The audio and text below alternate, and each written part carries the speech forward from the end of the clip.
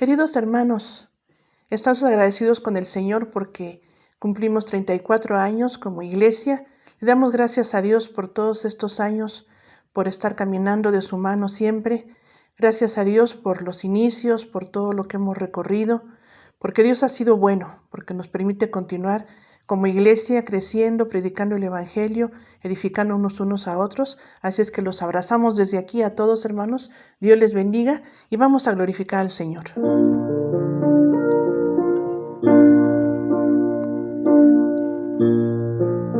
Somos tus hijos, somos tu iglesia y te damos las gracias, mi Dios. Crecemos juntos en tus caminos y alabamos tu nombre, Señor. Nos ayudamos, también oramos y cantamos a ti, mi buen Dios. Predicaremos a todo el mundo que les quieres brindar salvación. Somos tus hijos, somos tu iglesia y te damos las gracias, mi Dios. Crecemos juntos en tus caminos y alabamos tu nombre, Señor. Nos ayudamos, también oramos y cantamos a ti, mi buen Dios. Predicaremos a todo el mundo que les quieres brindar salvación, que les quieres brindar salvación.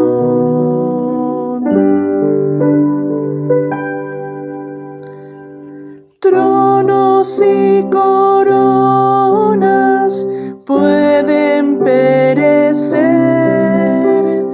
de Jesús la iglesia fiel habrá de ser.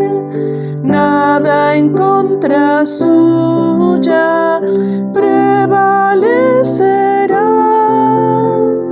porque la promesa nunca faltará.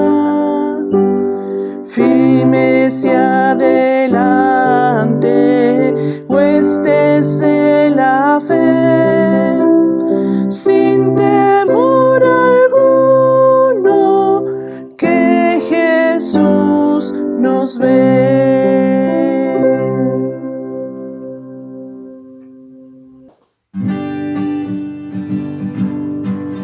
Señor, que nos has sido de generación en generación. Señor, refugio nos has sido de generación en generación. Antes que naciesen los montes y formases la tierra y el mundo, tú eres Dios. Desde el siglo, tú eres Dios. Y hasta el siglo, tú eres Dios.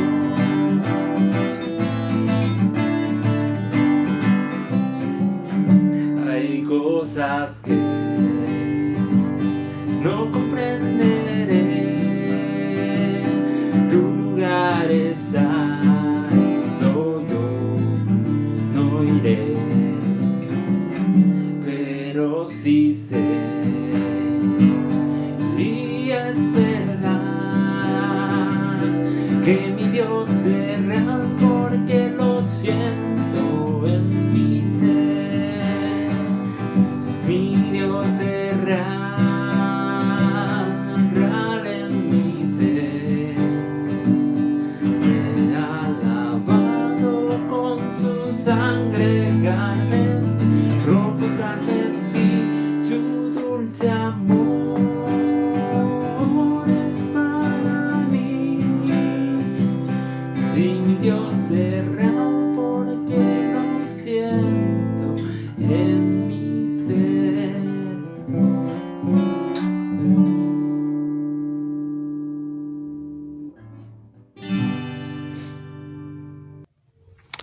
Amados hermanos, damos gracias a Dios por esta ocasión especial. Estamos pues cumpliendo 34 años como iglesia, ahí en nuestra congregación en Coacalco, y queremos agradecer al Señor porque en todo Él ha sido la fuente, ha sido el que ha sostenido desde el inicio las primeras familias que se reunían, los ministerios que han ido surgiendo. Realmente es una suma de bendiciones, y además de darle gracias a Dios, también le damos gracias a cada creyente, a cada hermano que se ha comprometido, que se ha sumado, porque realmente por la misericordia del Señor tenemos esta bendición, aunque estamos en esta crisis sanitaria tan grave, pero realmente en medio de todo, gracias a Dios por estos 34 años. Queremos hoy dar un tema especial, ya no predicando expositivamente salmos como lo estamos haciendo. Vamos a buscar Filipenses capítulo 1, de los versículos 1 al 11. Filipenses 1, del 1 al 11. La palabra del Señor dice: Pablo y Timoteo, siervos de Jesucristo, a todos los santos en Cristo Jesús que están en Filipos, con los obispos y diáconos, gracia y paz a vosotros, de Dios nuestro Padre y del Señor Jesucristo. Doy gracias a mi Dios siempre que me acuerdo de vosotros, siempre en todas mis oraciones rogando con gozo por todos vosotros, por vuestra comunión en el Evangelio desde el primer día hasta ahora, estando persuadido de esto, que el que comenzó en vosotros la buena obra la perfeccionará hasta el día de Jesucristo. Como me es justo sentir esto de todos vosotros, por cuanto os tengo en el corazón y en mis prisiones y en la defensa y confirmación del Evangelio, todos vosotros sois participantes conmigo de la gracia. Porque Dios me es testigo de cómo os amo a todos vosotros con el entrañable amor de Jesucristo. Y esto pido en oración, que vuestro amor abunde aún más y más en ciencia y todo conocimiento, para que aprobéis lo mejor, a fin de que seáis sinceros y irreprensibles para el día de Cristo, llenos de frutos de justicia, que son, por medio de Jesucristo, para gloria y alabanza de Dios. Pues gracias al Señor por su palabra. Bueno, pues podemos ver en este primer párrafo del capítulo 1 de Filipenses un tema respecto a las grandes bendiciones que Dios le da a la iglesia. Podríamos así titularlo: bendiciones en la iglesia, porque realmente recordamos que esta carta que iremos viendo cuando haya ocasiones especiales durante este año, conforme el confinamiento se dé, suspendemos un poco la predicación expositiva y damos temas especiales cada mes cuando no nos reunimos todavía de manera presencial en el templo. Y esta carta es una fuente de grandes bendiciones realmente, es una fuente de inspiración, porque recordamos que en realidad todo lo que habla de una relación de Pablo con la iglesia, en este caso de Filipos, pues tiene grandes lecciones para nosotros, tiene grandes lecciones de cómo Dios nos ha bendecido también a nosotros. Recordamos que es una carta de la prisión escrita en el año 62 o 63 después de Cristo. Esto lo vemos en Hechos 28, del 16 al 31, Filipenses 7, versículos 13 y 14. Tiene ahí esta connotación de que fue estando en Roma, Pablo, como encarcelado por el Evangelio, cuando escribió esta carta, y otras que son los escritos de la prisión. Y bueno, recordamos también que Filipos fue una ciudad griega fundada por Filipo II de Macedonia, quien vivió en el año 382 al 336 a.C. Habla de mucho amor, una iglesia fundada por Pablo, Silas, Timoteo y Lucas en el segundo viaje misionero. Y de ahí vemos entonces un enfoque de cómo el ministerio tiene que ser compartido, diferentes ministerios, diferentes capacidades, diferentes enfoques, y esta iglesia fue producto de estos siervos, Pablo, Silas, Timoteo y Lucas. Hay un gran énfasis en el gozo, y esto es un tema muy especial porque recordamos que Pablo estaba en la cárcel y no era una situación fácil de manejar. Sin embargo, en casi toda esta carta se le habla también la carta del gozo, porque dice: gócense, pase lo que pase en sus vidas, el gozo del Señor les llene, les bendiga y les fortalezca.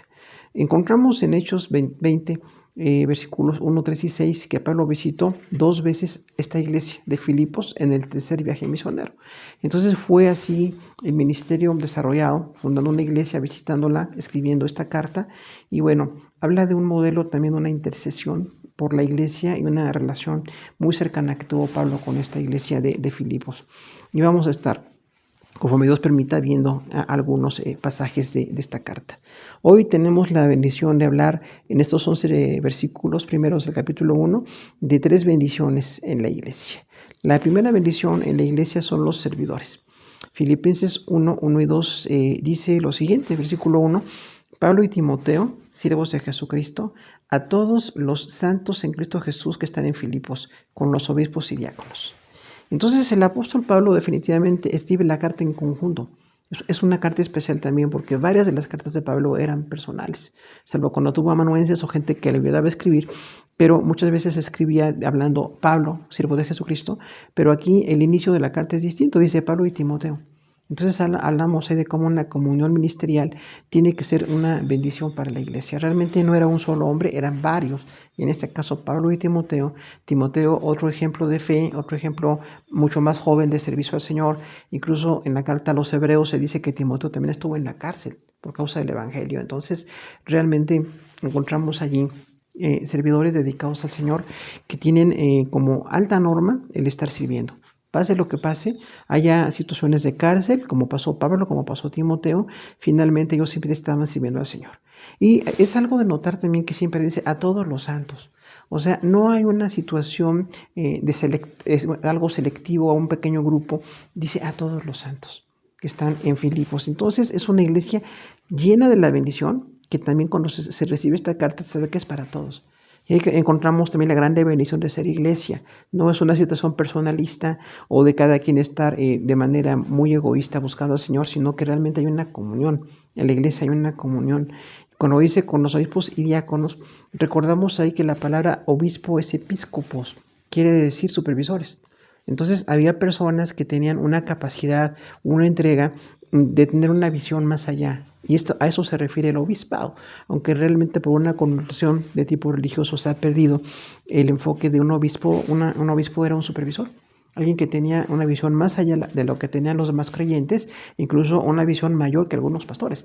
Entonces vemos ahí que había algunos hermanos que se habían desarrollado en el ministerio, eran obispos. Y diáconos, recordamos que son como servidores en lo administrativo. En Hechos 6, del 1 al 7, habla de esos diáconos, la elección de 7 diáconos que sucedió en Jerusalén. Y se repite el esquema de servicio, los obispos dedicados a la palabra, dedicados a la supervisión de lo espiritual en cuanto a palabra, en cuanto a crecimiento, y los diáconos como servidores.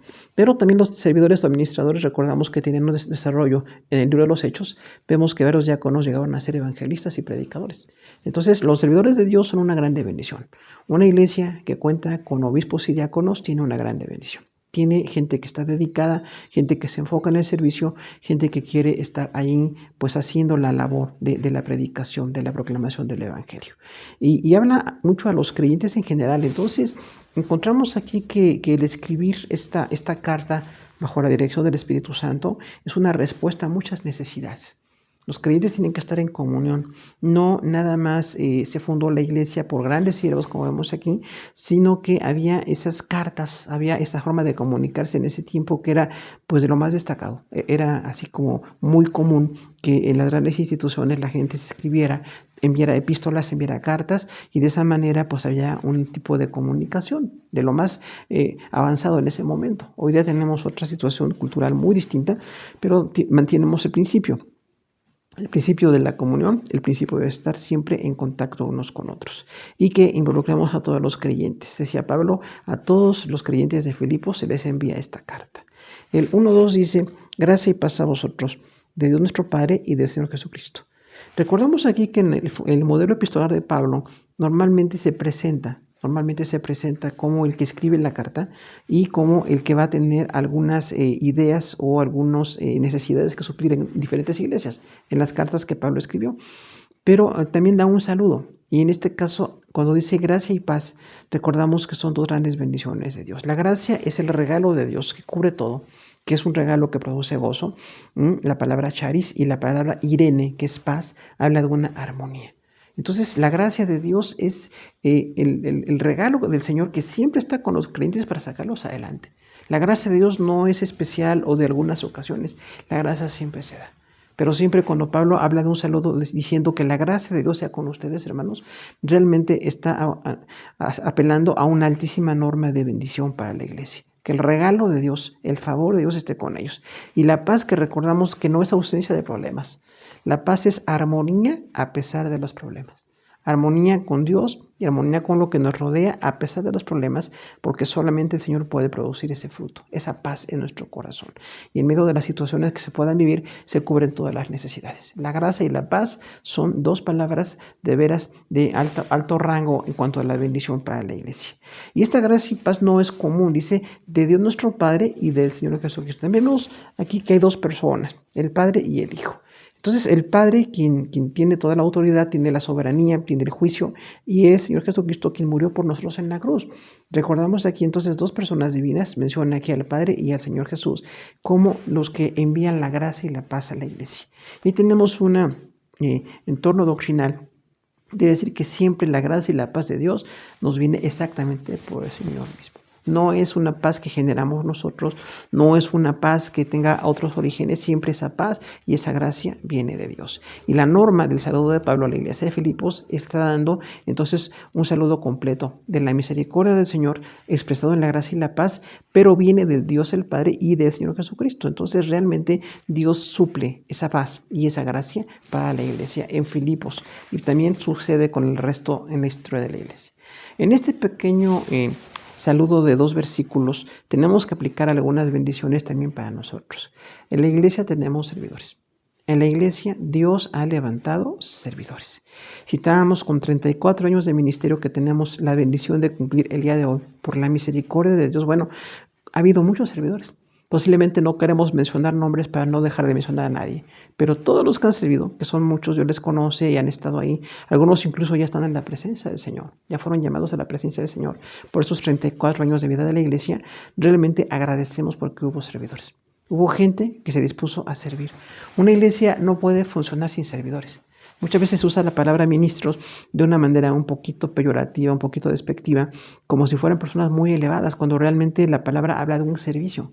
Recordamos la palabra huperetes, que es ministro, es alguien que está debajo para servir. No estamos en contra de que haya autoridad o que haya funciones o que haya algunas situaciones de gente que por años de servicio, por años ha estado desarrollando muchos ministerios, pero siempre tenemos que tener el corazón de siervos. Mantener el corazón de siervos es determinante para nosotros.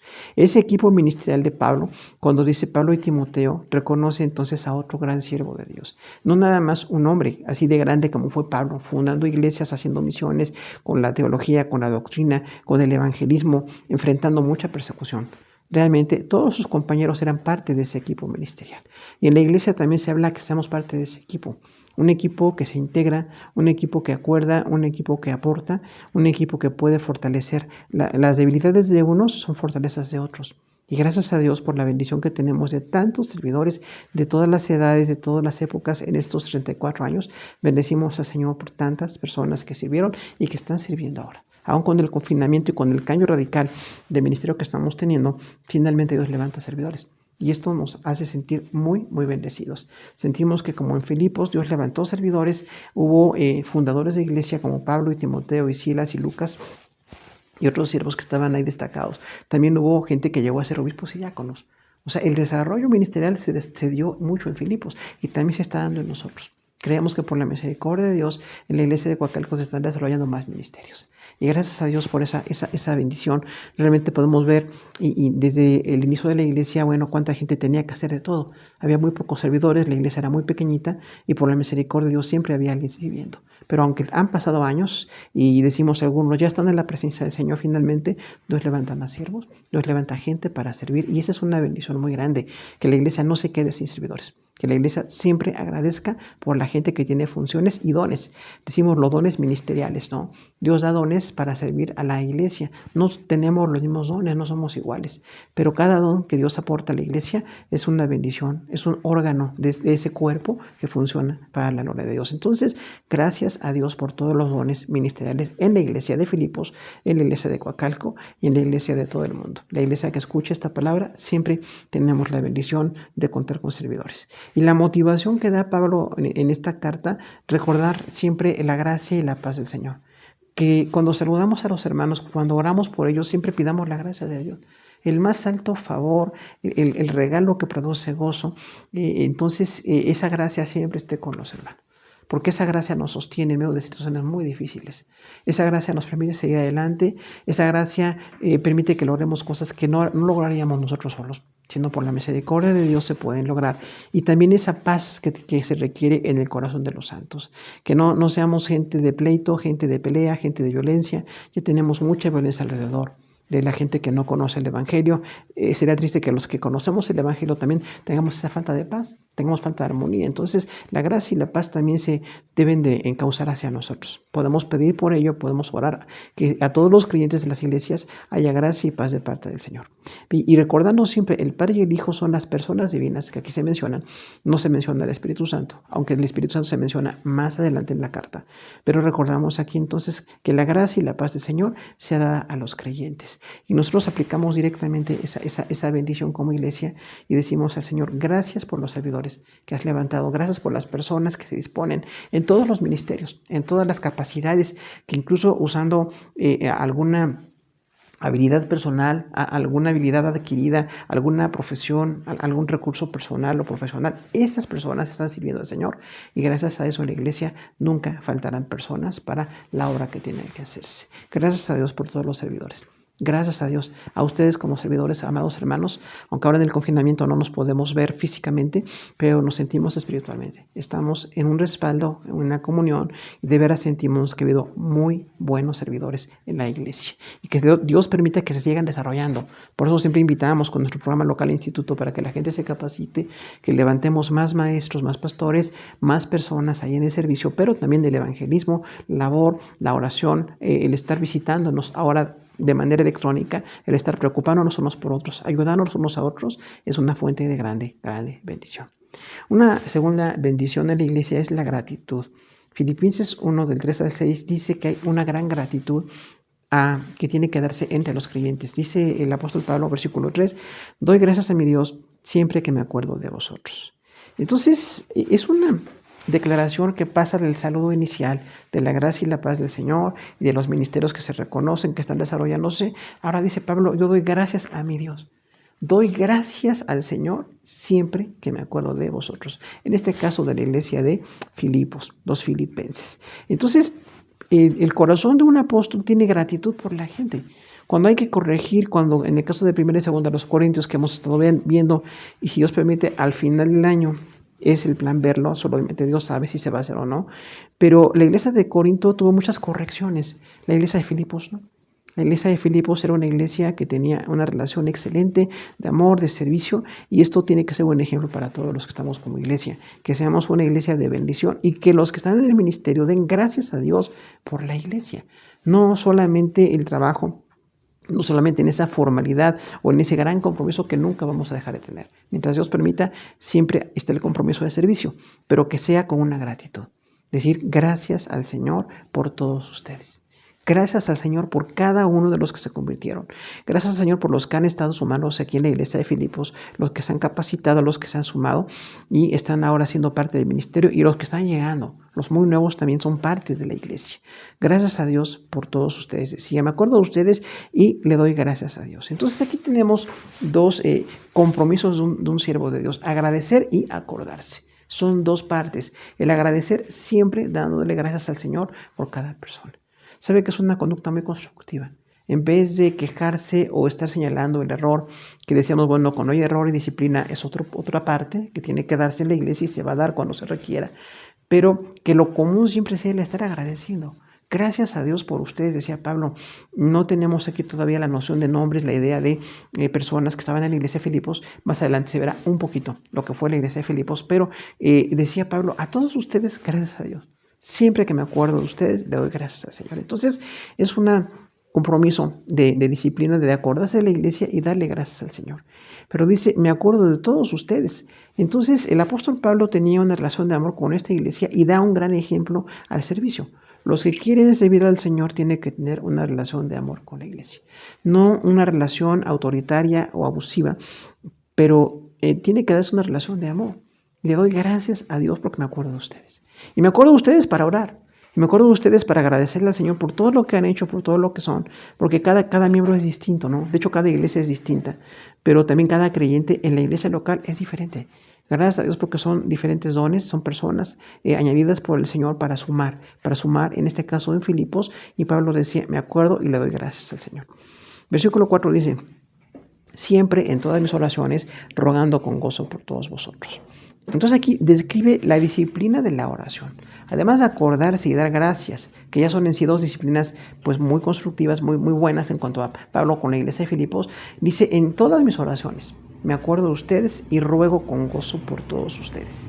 Entonces cuando Pablo usa la palabra todos, es tan incluyente realmente porque dice Pablo, estoy siempre en mis oraciones. Y recordamos este siervo de Dios en Hechos y en las cartas que escribió, que siempre era un hombre de oración.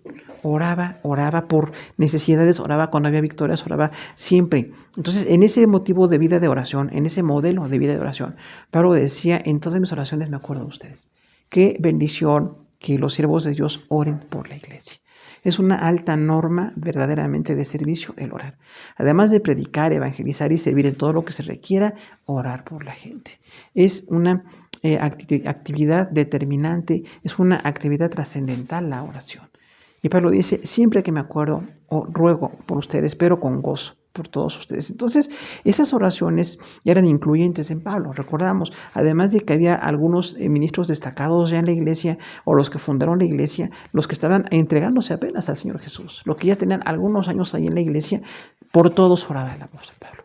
Y esto es una buena disciplina, que oremos al Señor por todos. No una situación nada más de un grupo, aunque hay personas que tienen necesidades que entran en una emergencia de salud o en alguna situación como la que estamos viendo alrededor que nos rodea tan difícil. Pero decía el apóstol Pablo, además de situaciones tan difíciles, siempre en mi constante oración, con problemas o sin problemas, con enfermedades o sin enfermedades, siempre yo ruego al Señor por ustedes.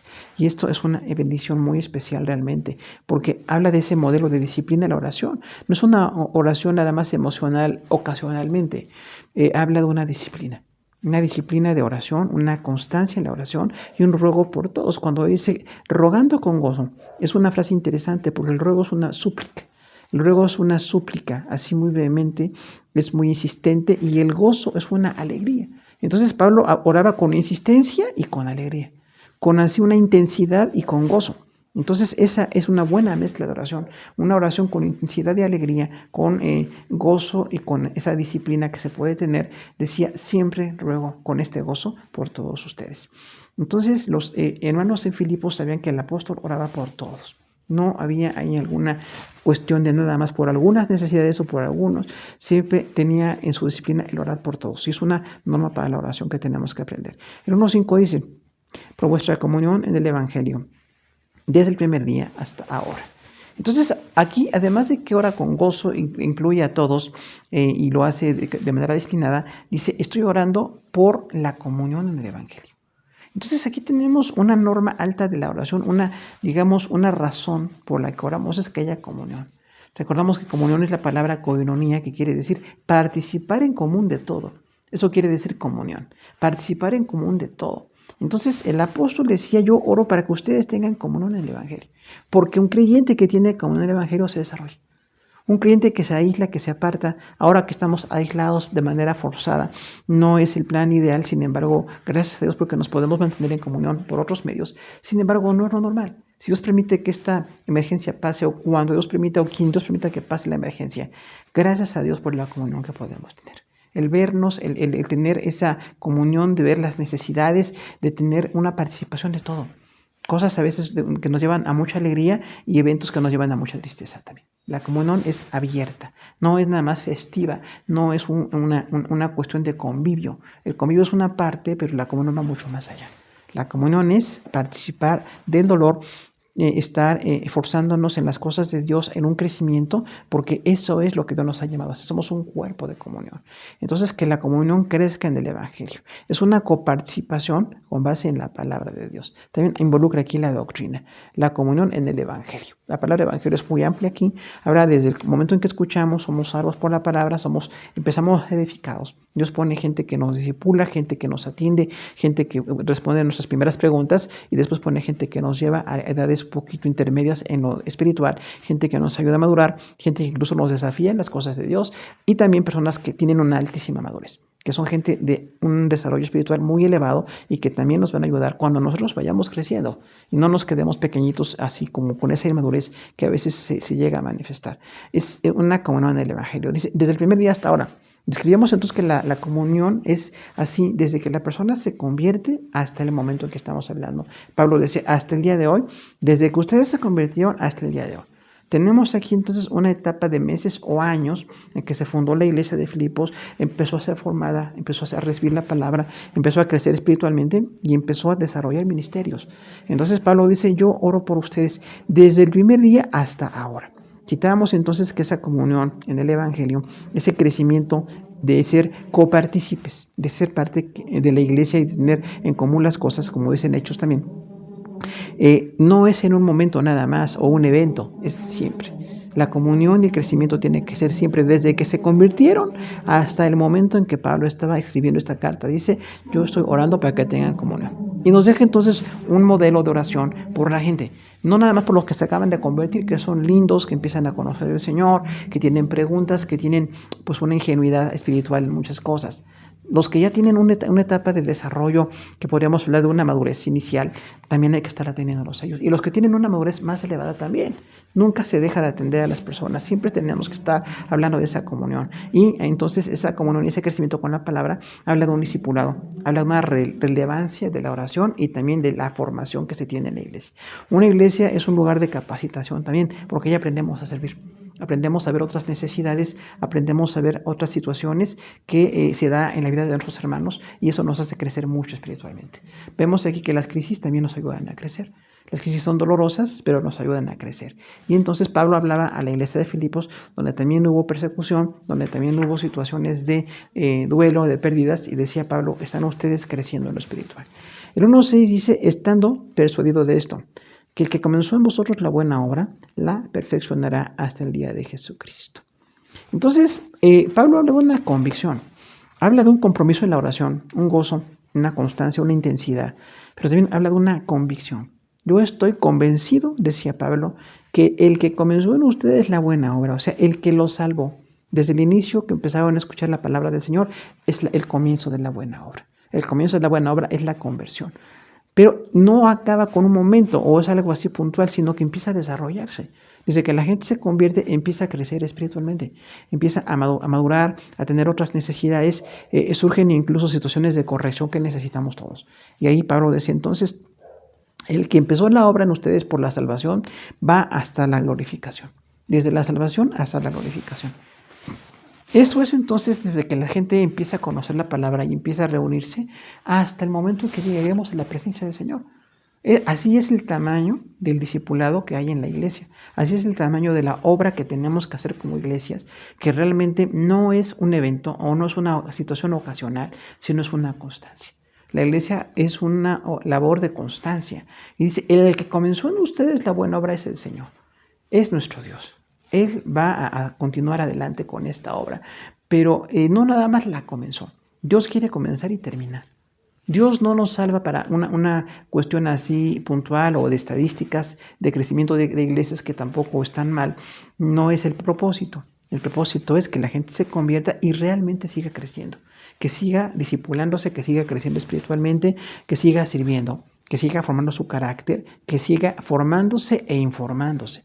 Formándose en el carácter, porque el carácter tiene que ir modificándose e informándose, entrando a una profundidad de conocimiento. Y hablaríamos de los grandes maestros, ¿no? Que la iglesia como Pablo tenía siempre que enseñar. Estaba profundizándose en la palabra, estaba buscando, estaba viendo manuscritos, exponiendo todo el Antiguo Testamento, hablando de Cristo, presentando a Jesús en toda la iglesia. Entonces, este perfeccionar, cuando dice, la perfeccionará hasta el día de Jesucristo, esta frase se repite en el versículo 6 y versículo 10. De este mismo párrafo, la perfección del Señor en la obra de cada creyente, versículo 6 y versículo 10. Entonces es un versículo medular o importante en el contexto de este párrafo porque habla de dos veces la misma idea.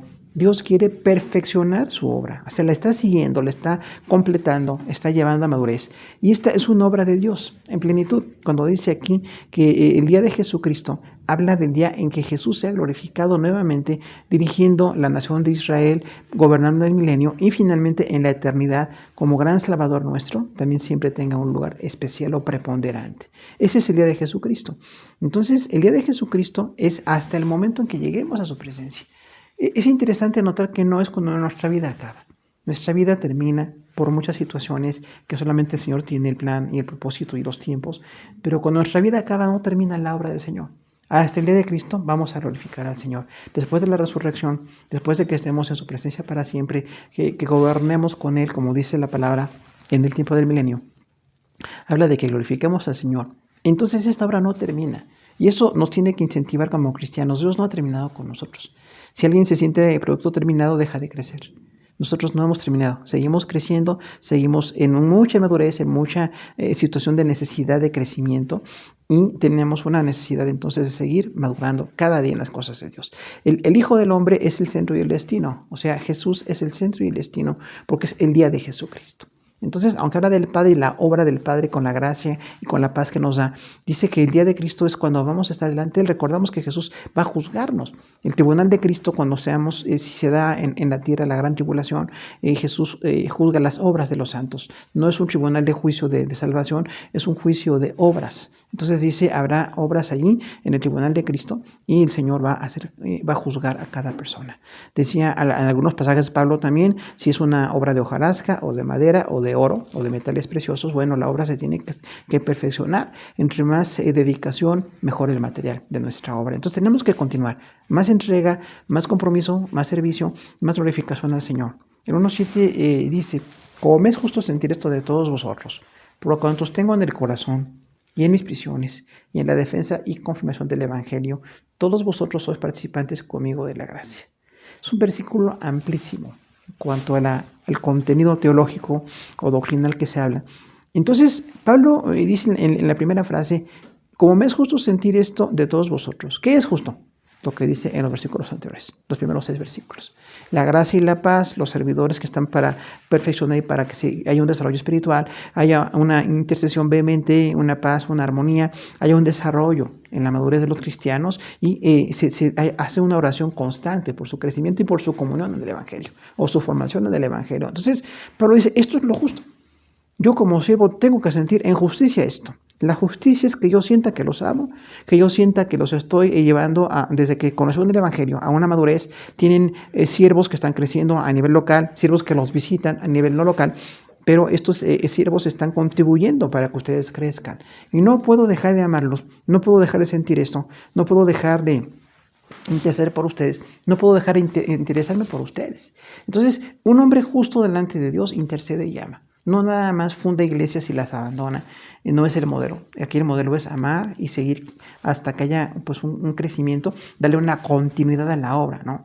Y por eso dice Pablo, me es justo sentir esto de todos vosotros. Otra vez la frase incluyente, todos vosotros. Pablo sentía este amor, este interés, este deseo de crecimiento por toda la iglesia. Y esto es el modelo de servicio en muchas áreas de ministerio de la iglesia, apóstoles y profetas, evangelistas, pastores y maestros. Bueno, este modelo puede ser. Tengo amor por la iglesia, me intereso por ellos, quiero que crezcan y estoy haciendo algo para que sigan creciendo y se sigan fortaleciendo. Pero también habla del amor. Dice de manera un poquito poética, por cuantos tengo en el corazón. Entonces, habla de cuánto ama la iglesia. Un siervo de Dios ama a la iglesia.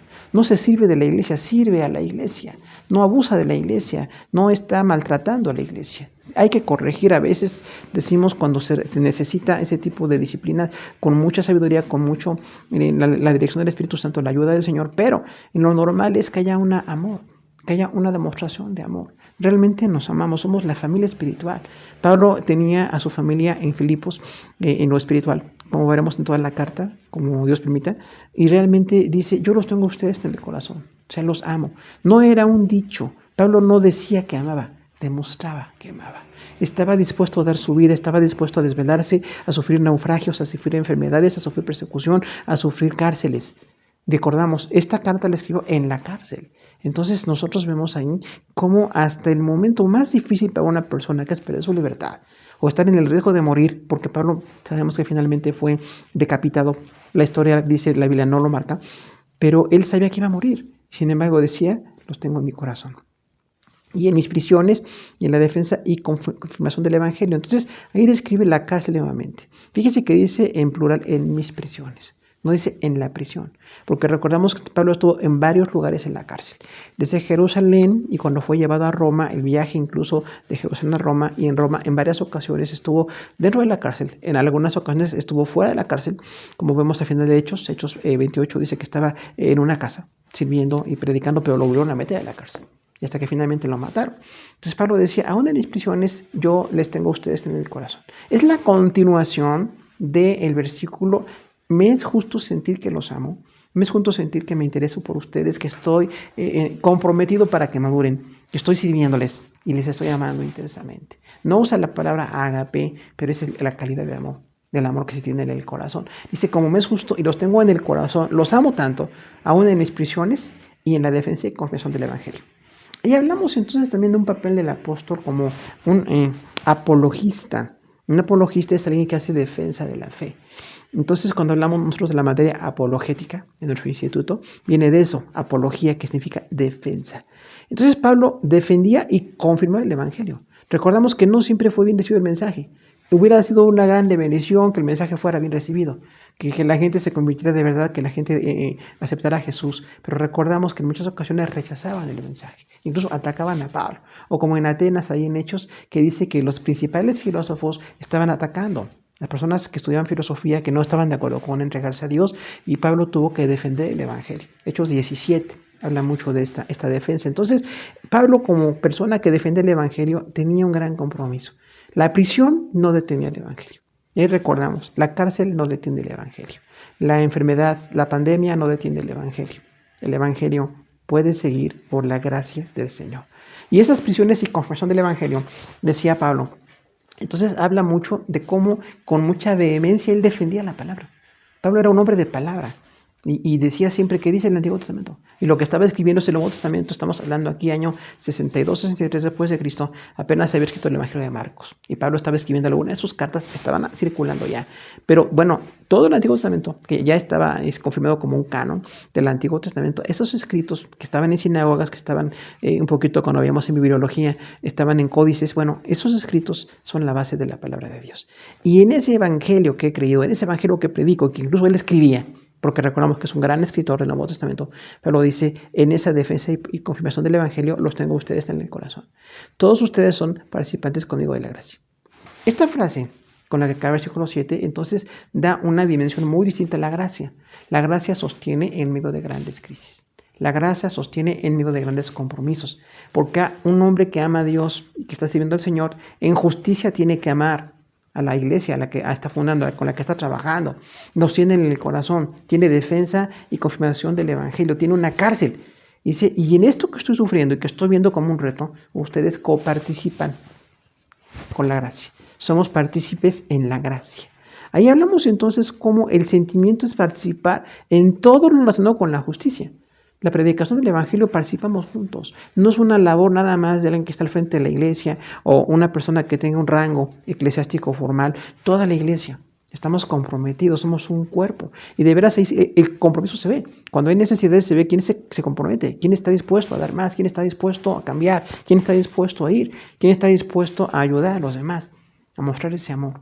Pablo dice, este amor que tengo por ustedes realmente nos está haciendo crecer, nos está haciendo llevar una motivación, una apología y difusión del Evangelio a través del sufrimiento de una persona que injustamente estaba en la cárcel. Porque recordamos que el Imperio Romano metió a Pablo en la cárcel de manera totalmente injusta, nada más por predicar el Evangelio. Aunque en el plan de Dios Pablo predicó ante varios importantes funcionarios romanos, incluso hasta la misma capital de Roma el Señor llevó a Pablo a predicar. Pero el enfoque de Pablo era, participamos de la gracia cuando hay sufrimiento, cuando hay desafíos. Y aplicamos esto en nuestra vida. El modelo para nosotros como servidores es mostrar siempre gratitud y recordar a toda la iglesia. Gracias a Dios por todos los santos. No podemos tener solamente el enfoque de amor por unos pocos, el amor es por todos. Por eso siempre en la iglesia decimos gracias. Gracias por lo que usted hace, gracias por su aportación, gracias por su compromiso, porque realmente la gente que quiere servir nos fortalece, nos hace tener ministerios, nos hace estar presentes. Cuando no tenemos alguna habilidad, ahora que todo es tecnológico, quienes no tenemos la habilidad tecnológica, Dios pone gente que la tiene. Dios pone gente que conoce, Dios pone gente que tiene la capacidad. Entonces, gracias a Dios por todos los servidores. Y en este año 34, este aniversario 34 de Coacalco, gracias a todos los servidores. Aún los que están en la presencia del Señor, pues solamente si llegamos a la presencia de Dios les diremos gracias. Pero a los que están aquí viviendo con nosotros siempre les tenemos que decir gracias. Gracias por su servicio, gracias por su respaldo, gracias por su compromiso. Gracias por ser servidores del Señor. Y bueno, recordamos a todos los santos en nuestra oración. Una oración constante por todos. Entonces es un gran compromiso de un apóstol. Pablo no se ocupaba nada más de la defensa y confirmación del Evangelio, que era mucho el trabajo.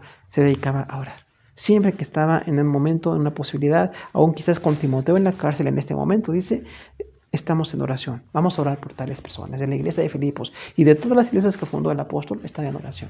Es un gran modelo de oración. Es una actividad permanente, un ruego con gozo. Rogamos con gozo por todos. No podemos orar por unos pocos. Por eso decimos, es bueno que tengamos una lista de todos los varones, de todas las mujeres, de todos los jóvenes, de todos los niños en la iglesia, aún de los ancianos, de todos los grupos que tenemos en las iglesias. Tenemos una lista y oramos por ellos. No nada más a ver cómo nos acordamos, sino aún por lista, ¿no? Que no tenemos muy buena memoria, pues una lista nos ayuda mucho. Una lista nos hace listos.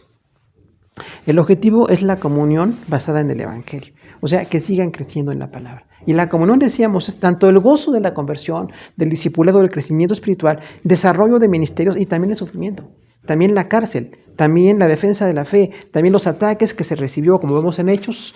Pablo fue muy atacado en muchas ocasiones por predicar la palabra, y la obra del Señor, el que la comenzó, la va a terminar. Aún a pesar de las situaciones tan difíciles que vivimos, por la misericordia del Señor, Él va a terminar su obra. El Señor no quiere dejar su obra inconclusa, solamente que el creyente se aparte del Evangelio. Cuando alguien es apóstata, cuando alguien se aparta de la palabra, pues ya Dios no puede forzarle a nada. Pero mientras la persona permanezca, mientras la persona se deje corregir, se deje incluir, la persona se deje perdonar, la persona se deje disciplinar, entonces está en la comunión con el Señor. Y los que están en una buena comunión con la iglesia siempre van a estar creciendo. Una iglesia sana siempre tiene crecimiento, siempre tiene algo que hacer, siempre tiene funciones, siempre tiene que estar complementando la obra. Por eso es una bendición muy grande que en la iglesia veamos gente que acaba de nacer al Evangelio. Como decíamos, son algo lindo, son una bendición, son de verdad los bebés espirituales en la iglesia. Pero también gracias a Dios por los que han madurado, por los que ya están en la presencia de Dios, porque no podemos nada más ser selectivos y enfocarnos en unos. Nos tenemos que enfocar en todos. Gracias a Dios por su misericordia. Y el sentido del Evangelio, aún en la defensa, en la cárcel, en las situaciones de mucho sufrimiento que tuvo el apóstol, decía, los tengo en mi corazón, hermanos. Yo les amo, hermanos de Filipos, y hoy nosotros decimos, les amamos, hermanos, en Coacalco, o en cualquier lugar que nos escuchan, que nos hacen el favor de escucharnos, les tenemos en el corazón. Y oramos, no es una cuestión local nada más. La cuestión local es muy grande y muy especial, pero también oramos por quienes no son de nuestra iglesia local. Cuando hay alguna necesidad de algún conocimiento de situaciones, incluso de crisis, tenemos que orar, tenemos que compartir, porque es una bendición tener en el corazón a toda la iglesia del Señor. La tercera bendición en la iglesia es el amor. Filipenses 1, del 8 al 11. Dice el versículo 8, porque Dios me es testigo de cómo os amo a todos vosotros con el entrañable amor de Jesucristo. Entonces, en el párrafo anterior, Pablo dice, les amo, yo les tengo un amor de verdad entrañable. Pero aquí empieza entonces a describirlo y usa como testigo a Dios. O sea, Pablo, que respeta, que conoce a Dios, que tiene una reverencia radical por Dios, dice, mi gran testigo de cómo los amo, hermano de Filipos, no es una persona, que podrán ser personas, y había personas ahí acompañando a Pablo, pero dice, Dios me es testigo. Entonces, qué elevada es la apelación a la máxima autoridad del universo. Dios era testigo de cómo Pablo amaba a los hermanos de Filipos. Un modelo de apostolado, un apóstol de verdad. Un apóstol que servía, que fundaba iglesias, que sufría, que estaba dispuesto a dedicar tiempo, a dedicar la vida misma. Finalmente dedicó su vida, el apóstol Pablo, al ministerio de la obra del Señor. Y dice, los amo a ustedes con el entrañable amor de Jesucristo. Entonces es una profundidad de amor que viene del Señor Jesús. En Cristo somos familia, somos hermanos. Tenemos un amor entrañable. Ahí la palabra entrañable involucra lo más profundo de nosotros. No un amor superficial, así como nada más de labios para afuera. Un amor que va a las entrañas literalmente, ¿no? Así como nosotros en México tenemos la idea del corazón. Decimos queremos a la gente de corazón. Los judíos decían entrañablemente. No era nada más el corazón, literalmente eran todas las entrañas. Y para nosotros es una idea un poco extraña, pero entonces Pablo decía, es tan profundo el amor, que todo lo que yo tengo dentro, todo lo que son mis entrañas, ahí está demostrado el amor, ahí está expresado mi amor por ustedes. Dios me es testigo que los amo entrañablemente. No era un amor superficial, decíamos, no, o un amor de ocasión, o un amor hipócrita, era un amor de verdad. Dice el versículo 9, y esto pido en oración, que vuestro amor abunde aún más y más, en ciencia y en todo conocimiento. Entonces, un buen apóstol no nada más amó intensamente, entrañablemente a toda la iglesia de Filipos y a las iglesias a las cuales se servía, sino que pedía en oración que el amor de los filipenses abundara. Porque realmente en la iglesia necesitamos amor, hermano. No es fácil estar en la iglesia. Tenemos la bendición de estar en la iglesia. A lo mejor en este confinamiento valoramos mucho la iglesia local. Pero en esa cercanía que tenemos, en esa comunión, hay ocasiones en que se dan problemas. Lamentablemente discusiones, desacuerdos, imprudencias. Nunca es por el Espíritu Santo ni por el Señor. Siempre es por nuestra carne. Siempre es por nuestra debilidad espiritual. Y allí, en esas confrontaciones, es donde se tiene que mostrar el amor. ¿Quién ama a la iglesia? Pues quien sigue a pesar de todo. No el que se va por cualquier situación, no aquel que solamente le gusta el foro o le gusta un beneficio económico personal, aquel que se queda cuando hay problemas, cuando hay que confrontar, cuando hay que llegar a fondo con amor, cuando hay que ver dónde hay un error y corregirlo. ¿Sabe? En la iglesia a veces tenemos que curar heridas muy profundas. No son superficiales, hay situaciones de resentimientos incluso de años, personas que han tenido resentimientos o han tenido alguna imperfección en el amor y hay que llegar ahí con la ayuda del Espíritu Santo. Ahí vienen los dones del Espíritu Santo. Cuando hablamos de palabra de conocimiento, palabra de sabiduría, vienen la fe y los milagros del Señor para que la gente sea sanada. Pero este amor tiene que abundar. No nada más decir que nos queremos, demostramos que nos amamos. El amor es demostrado, o no es amor, en todos los sentidos. Y aquí el amor, dice Pablo, yo quiero que así como yo los amo, ustedes también se amen. Que el amor de ustedes crezca más y más en ciencia y en todo conocimiento. Relaciona al amor con el conocimiento, fíjese. Eso es interesantísimo, ¿no? Porque hay iglesias que piensan que el amor está ajeno al conocimiento. Que si hay doctrina no hay amor. O que si hay amor no tiene que haber enseñanza. Y esas son algunas situaciones totalmente erróneas, ¿no? Dice el apóstol Pablo, en mi oración pido que ustedes abunden en amor y en ciencia y en conocimiento. Son dos palabras distintas, ciencia y conocimiento, aunque pueden ser muy relacionadas, pero habla de un gran amor que va en la ciencia, un conocimiento más profundo del Señor. Y el conocimiento que se da gradualmente. Ciencia es más amplio, conocimiento es un poquito más específico, pero habla en lo abundante y en lo específico. El conocimiento de ustedes tiene que ser abundante y específico. Por eso la necesidad de capacitarnos siempre, ¿no? De estar en conocimiento, oyendo predicaciones, oyendo enseñanzas, institutos, discipulados. Todo lo que hacemos en las iglesias es que la gente conozca más del Señor. ¿Pero para qué? Para que abunden en amor. Que el conocimiento no nos haga soberbios. Que el conocimiento nos haga humildes y nos haga gente de más amor. Recordemos esto, la gente de más conocimiento tiene más amor. La gente de más conocimiento es más humilde. Porque no está buscando ninguna jactancia. Entonces, eso tiene que ver con esto. Abundancia en amor, en ciencia y conocimiento. El amor inseparable con el conocimiento. Versículo 10 dice, para que aprovechen lo mejor, a fin de que ser sinceros e irreprensibles para el día de Cristo. Entonces, esta es la meta, el destino de la oración, de la gracia, del amor que Pablo tenía y que pedía que la iglesia tuviera. Decía, la meta es esto, que ustedes aprueben lo mejor. Aprobar lo mejor, hermanos, es la excelencia. Recordamos, Dios no merece lo bueno, Dios merece lo excelente. Entonces, lo mejor habla de discernimiento. No usa aquí la palabra discernimiento, pero sí entendemos que está implicado el concepto. Recordamos, discernir es separar lo bueno de lo malo. Conocer a profundidad, eso es discernir. Y solamente quienes se dedican a conocer, quienes se dedican a estar viendo la palabra, a estar con el Señor en oración, en meditación, en un conocimiento más amplio, en una demostración del amor práctico, un amor práctico, dice aquí, ustedes van a aprobar lo mejor. O sea, no aprueben algo bueno, aprueben lo excelente. Disciernan qué es lo mejor. odiarnos, separarnos por cualquier situación o crecer en amor, perdonar a veces a quien nos ha ofendido, tener una excelencia, una sinceridad, porque dice a fin de que sean sinceros e irreprensibles para el día de Cristo. Ese es el versículo 10, que con el versículo 6 usa la frase sinceros e irreprensibles para el día de Cristo. Entonces, ¿para qué estamos aprobando mejor? ¿Para qué tenemos que discernir? Desechar conductas no muy buenas o buenas, pero que hay excelentes. Tenemos que ir a las excelentes y dejar las buenas. Las buenas no son funcionales, solamente lo excelente. Dios merece lo mejor. Entonces dice ahí, el discernimiento y la excelencia los lleva a una sinceridad. Sean sinceros e irreprensibles. La palabra sinceridad, recordamos, es que son totalmente honestos. La palabra sinceridad, recordamos que había cera con la que cubrían algunos objetos de cerámica. Y bueno, parecían bonitos, los pintaban y se veían nuevos, pero estaban con cera, ¿no? Por eso decía, esto es sincera. Y nosotros reconocemos la palabra sinceridad. O sea, no hay fractura en nuestro amor. No hay ninguna situación de hipocresía o de debilidad. No hay ninguna mentira. Nos amamos de verdad. Tenemos que ser sinceros e irreprensibles. Ahora, irreprensible es que no se le debe de corregir en nada. Imagínense el nivel espiritual que describe aquí el apóstol Pablo. Alguien que es irreprensible, o sea, no se le puede corregir de nada. Porque está perfeccionado en el amor de Cristo. Porque está formado en la palabra, porque está buscando. No es que sea perfecto en sí. Algunos ya se sienten perfectos en sí, o perfección per se, diríamos. No. Es una perfección que se alcanza con confrontación, con corrección, con disciplina, con un crecimiento, con madurez, con más compromiso, con mayor servicio. Entonces alguien va a ser irreprensible. Dios merece que los creyentes sean irreprensibles. Porque hay quienes aceptamos cierta reprensión. Tengo algunas fallitas. No soy perfecto en esto, pero tengo algunas virtudes y mis defectitos, pues, hay que ignorarlos.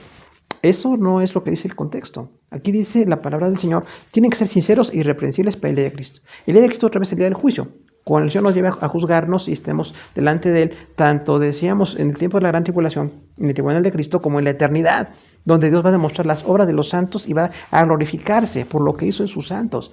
Tenemos un día en que vamos a ser evaluados. No estamos ya con una carrera ganada. Tenemos que luchar cada día. Tenemos que enfrentarnos. Tenemos que buscar ser perfeccionados. Y cuando el Espíritu Santo nos revela algo en lo que somos reprensibles, busquemos la irreprensión. Busquemos cómo llegar a ser irreprensibles en ese punto. El día del Señor viene. Queremos llegar. Tenemos que ser perfeccionados.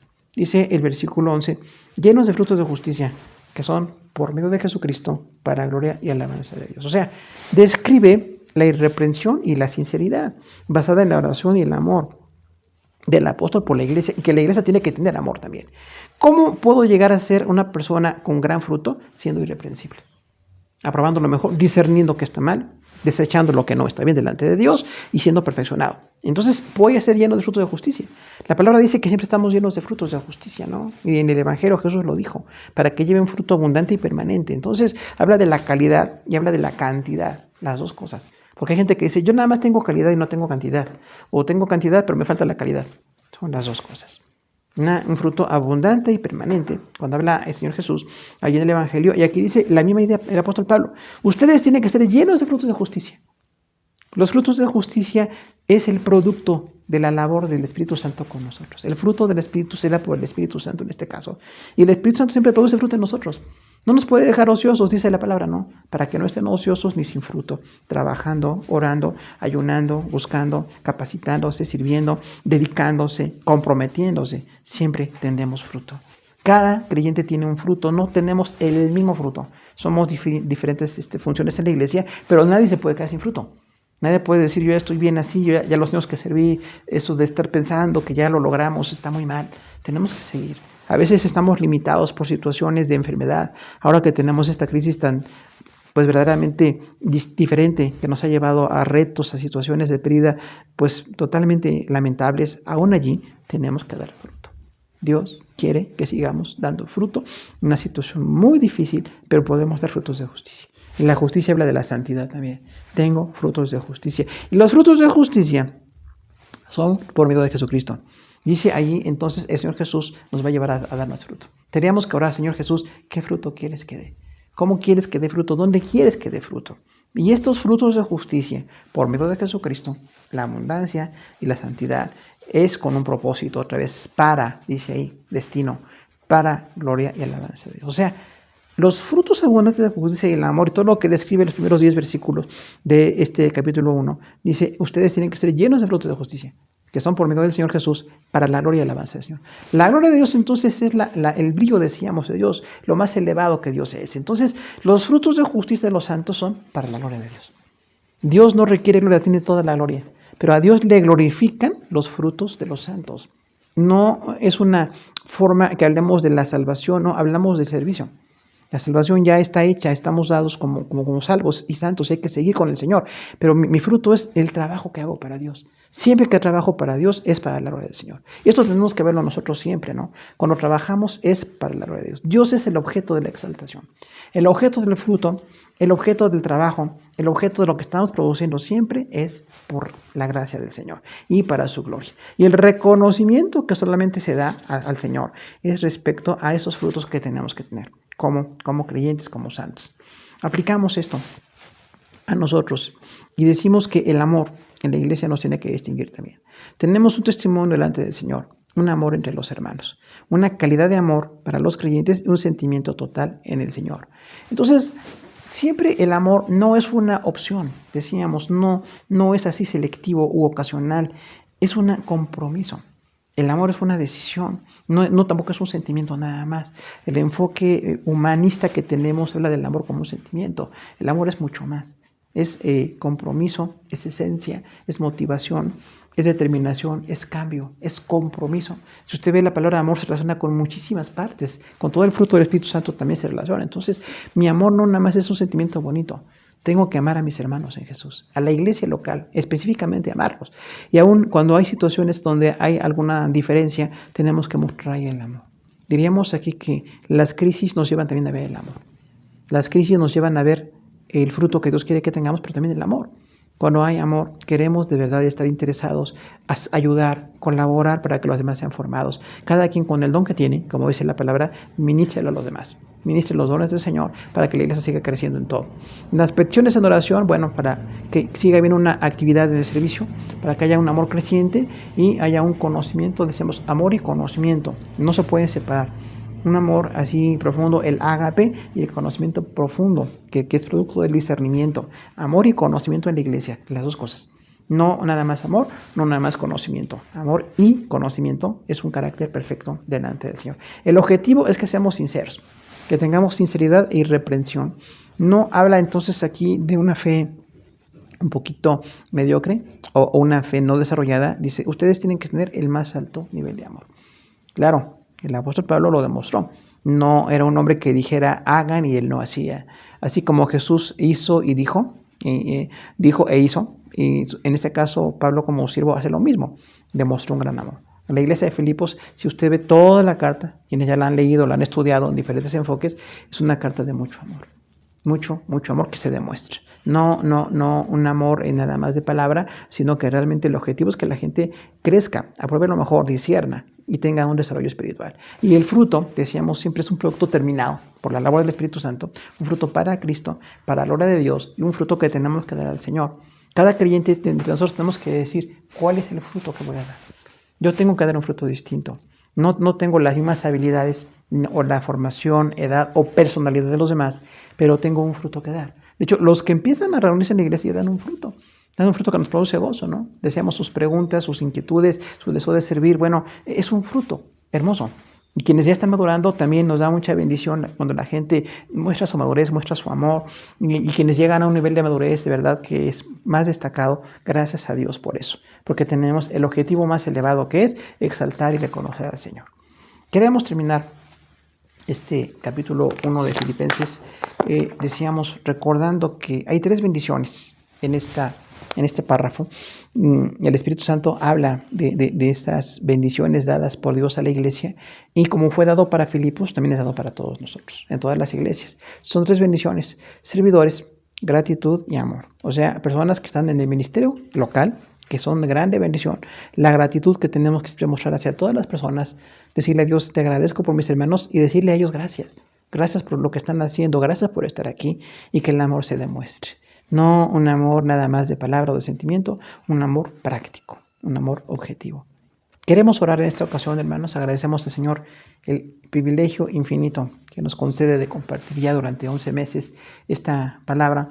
Y bueno, en esta ocasión, en este aniversario 34 que nos abrazamos ahora todo por el electrónico, le damos gracias a Dios por su misericordia.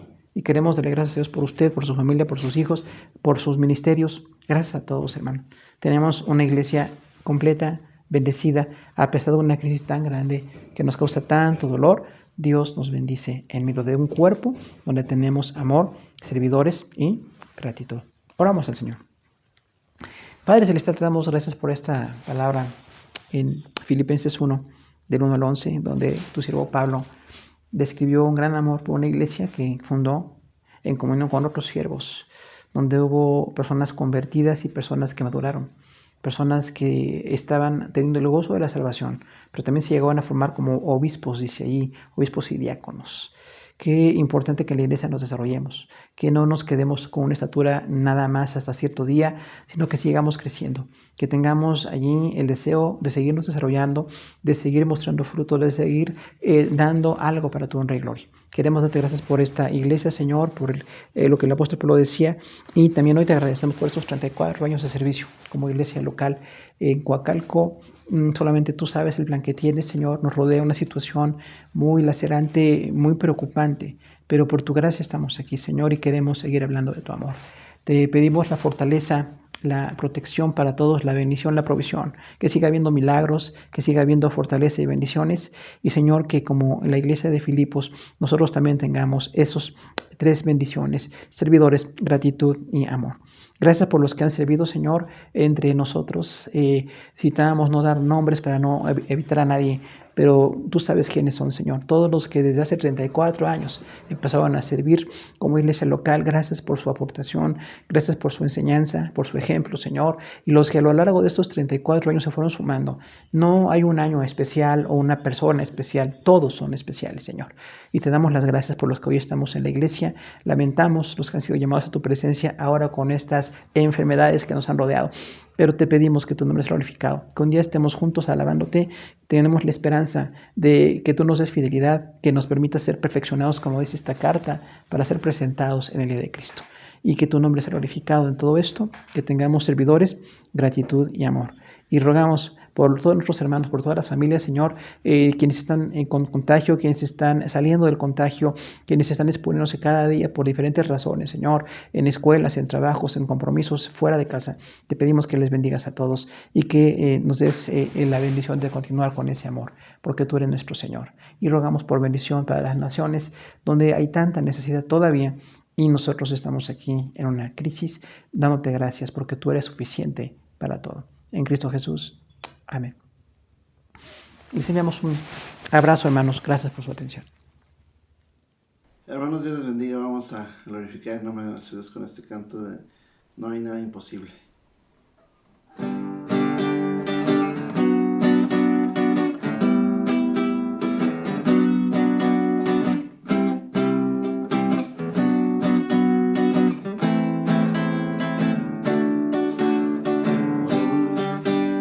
Gracias, mi Señor, tú has sido fiel y yo te alabaré con todo mi ser, con todas mis fuerzas cantaré. Sé que tú me sostendrás, nunca me abandonarás.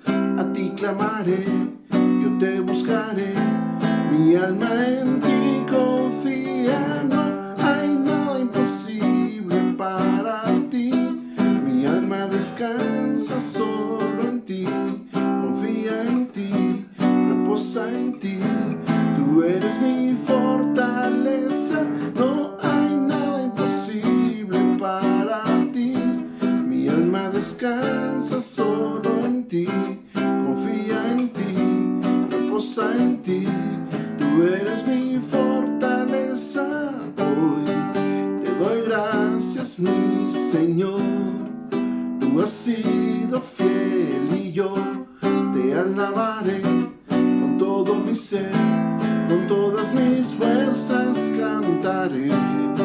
Sé que tú me sostendrás, nunca me abandonarás.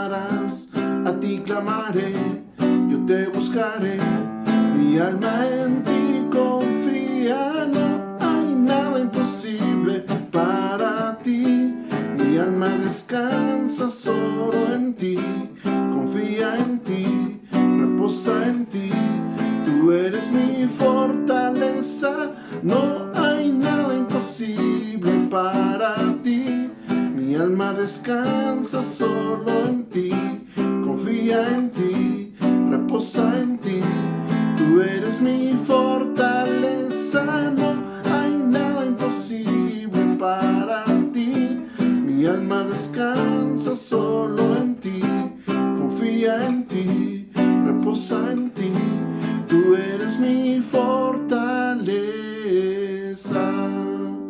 Dios les bendiga, hermanos.